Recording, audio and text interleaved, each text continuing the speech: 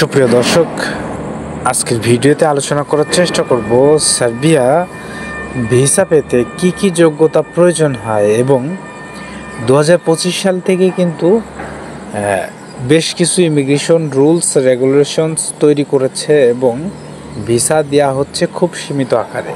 কারা ভিসা পাচ্ছে এবং তাদের যোগ্যতা কি, আর নতুন করে যদি আপনি ভিসা পেতে চান 100% আপনার ভিসা মিস্টেক হবে না, বা যারা ভিসা প্রত্যাশী আর কি স্কিল ওয়ার্কার হিসাবে তাদের জন্য সার্বিয়া কিন্তু একটা গুড নিউজ দিয়েছে।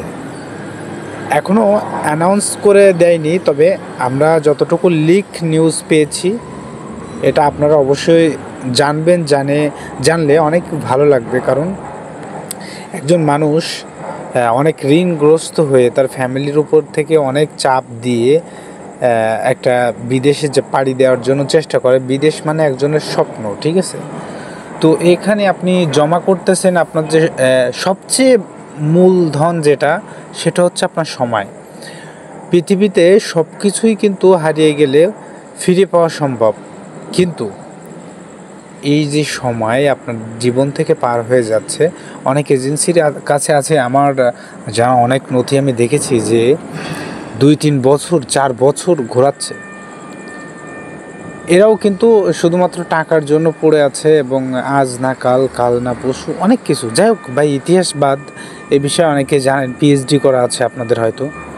তো দর্শক বন্ধুরা, যারা সার্বিয়াতে ভিসা পেতে চান, বা আপনি যদি ভাবেন যে আমার ভিসাটা খুব প্রয়োজন এবং আমি একজন যোগ্যতাশীল মানুষ বা যোগ্যতাবান ব্যক্তি, আমি আবেদন করব কি না সার্বিয়াতে।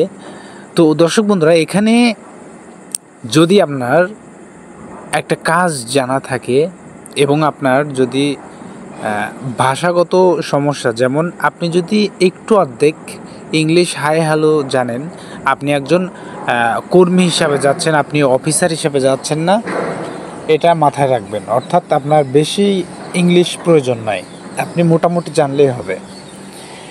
আর আপনার ব্যক্তিগত কিছু ডকুমেন্টস, যেমন আপনার পুলিশ ক্লিয়ারেন্স, তারপরে আপনার ভ্যালিড পাসপোর্ট যেটার মেয়াদ আছে কমপক্ষে 2 বছর, এই যে ডকুমেন্টসগুলো, আর আইডি কার্ড বা মেডিকেল, অনেক কিছু অনেকেই বলে থাকে যে আপনার মেডিকেল করাবে, এটা সেটা বলে দেখা যায় 2-3 মাস 4 মাস 6 মাস মানে ঘোরায়।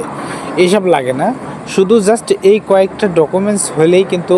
আর আরও একটা বিষয়, সেটা হলো যদি আপনার ব্যক্তিগত শিক্ষাগত যোগ্যতা থেকে থাকে, যেমন আপনি এসএসসি বা এইচএসসি, বা অনেকেই ব্যাচেলর করে থাকে, এরপরে ইউরোপে যাওয়ার স্বপ্ন দেখে অনেকেই। ভাই, শুধু এখানে লেখাপড়া জানলেই আপনার ভিসা হবে না, আপনাকে কাজ জানতে হবে। ইউরোপের প্রথম ধাপ আপনাকে কাজ জানতে হবে, তাহলে আপনি ভালো কোনো দেশে ইজিলি মুভ করতে পারবেন। তো বন্ধুরা, যাই হোক, পয়েন্টে আসি।